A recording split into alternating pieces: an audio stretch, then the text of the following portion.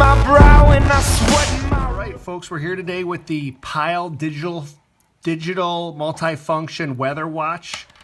I've been wearing this thing for 2 weeks now, and I like it so far. I'm just gonna go through, you know, like basic operations, and then, yeah, I'm gonna spray it with some Mountain Rain, and I think I'm gonna put it in the fridge.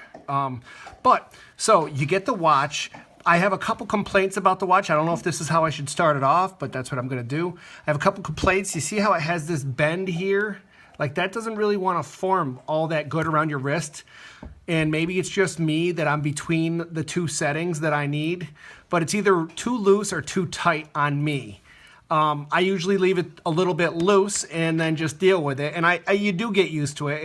It's not that big of a deal, but yeah, it is what it is. And the second is that the screen scratches super easy. You will notice that I don't have scratches on my screen because on Amazon.com, one of the reviewers said to put a 32 millimeter glass screen protector on here.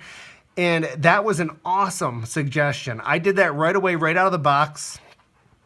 The screen underneath this will just scratch like with anything touching it. Even microfiber cloth touching it, it will still scratch.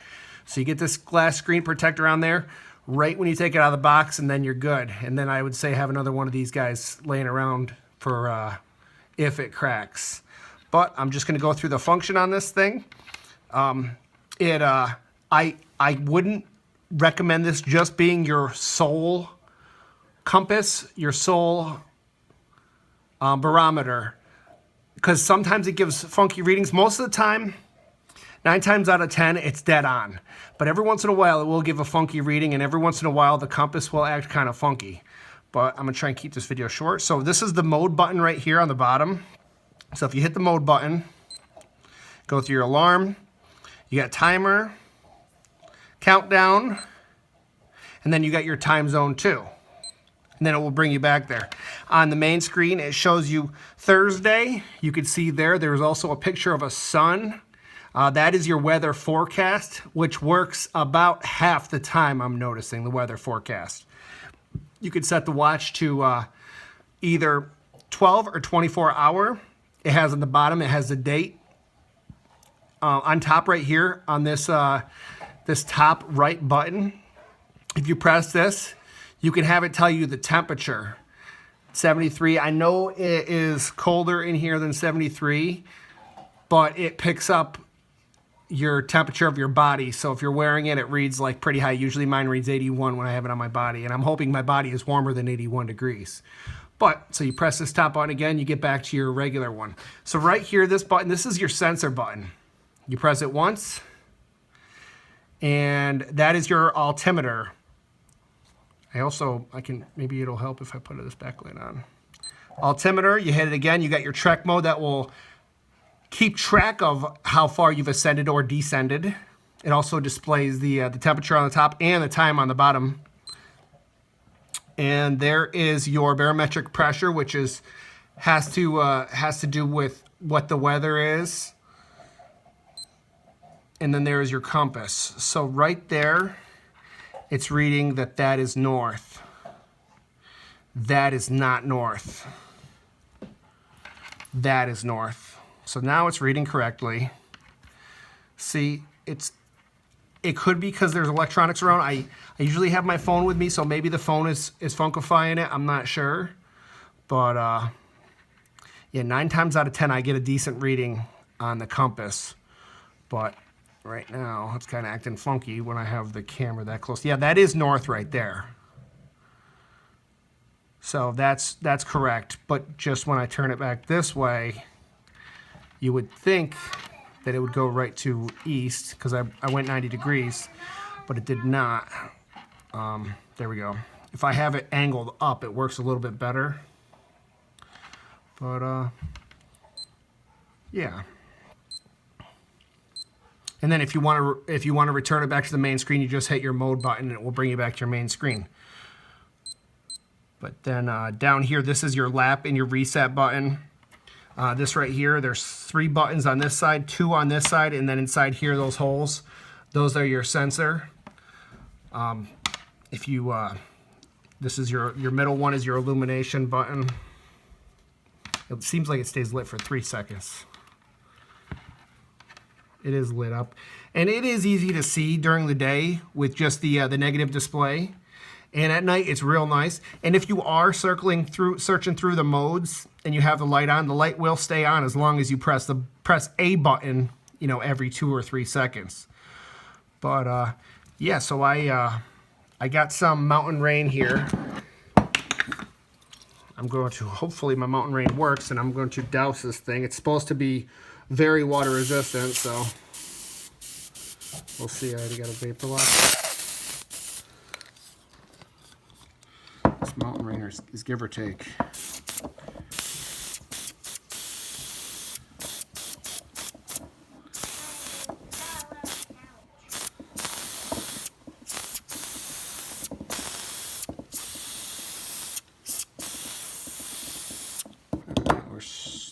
Soaked there. I mean, this is not an underwater test. That would just be like raining and in high humidity.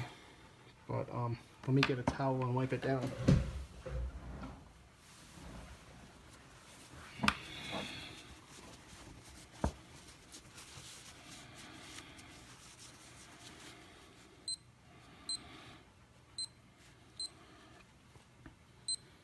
Yeah, that was no sweat to it.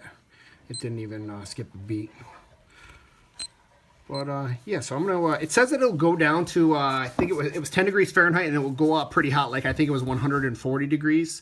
So I'm going to put it in my fridge for a little while and see what happens. I'm also going to get some in the dark screenshots of it for you guys. So yeah, stay tuned. I'm in complete darkness here. I'm gonna go ahead and light the watch up. That's what display looks like in complete darkness. And yeah, if you want to go through your modes, no problem. I'm not pressing the light button at all. I'm just hitting the other button. I'm hitting the sensor button now. Honestly, this is a pretty sweet watch. That is west, so that was working correctly. I let it go long enough and the backlight went off.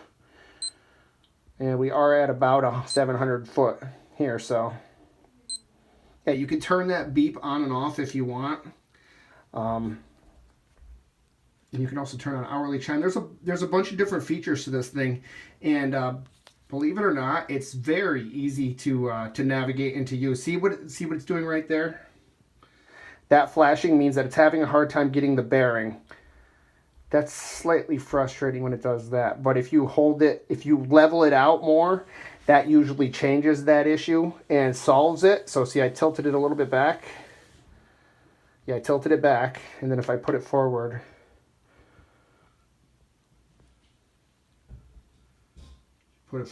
if you put it like flat to a slightly negative degree, it will start blinking that it is having a hard time finding your bearing. But yeah, 27 degrees, so I'm gonna wait until it gets to 27. I'm at 35 now. Got it, and it is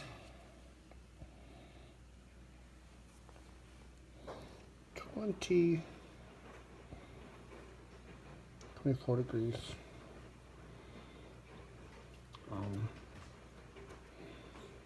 25 degrees. Let's see what it thinks about this type of weather. Slower to respond, as expected.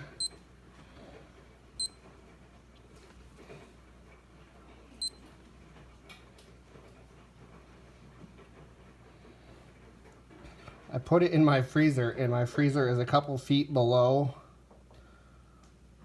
where this normally is, so I think it kind of froze to like 3 feet lower, maybe. Plus this thing is always a little bit different. But there's our barometric pressure. This is what I want to know, is if the compass will work.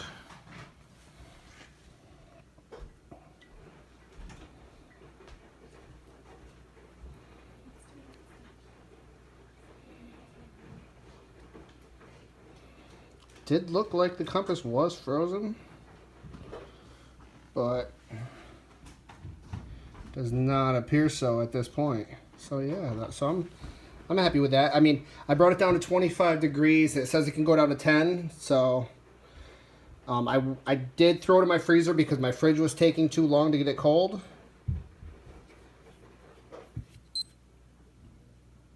It's warming up here slowly. Yeah, I did throw it in my freezer just because it was taking a very long time to get cold, and to get it down to 27 degrees, and I got impatient. But yeah, one last thing, we're back up to almost back up to regular temperature, which I would consider regular, about 70. But I forgot to mention the price on this thing.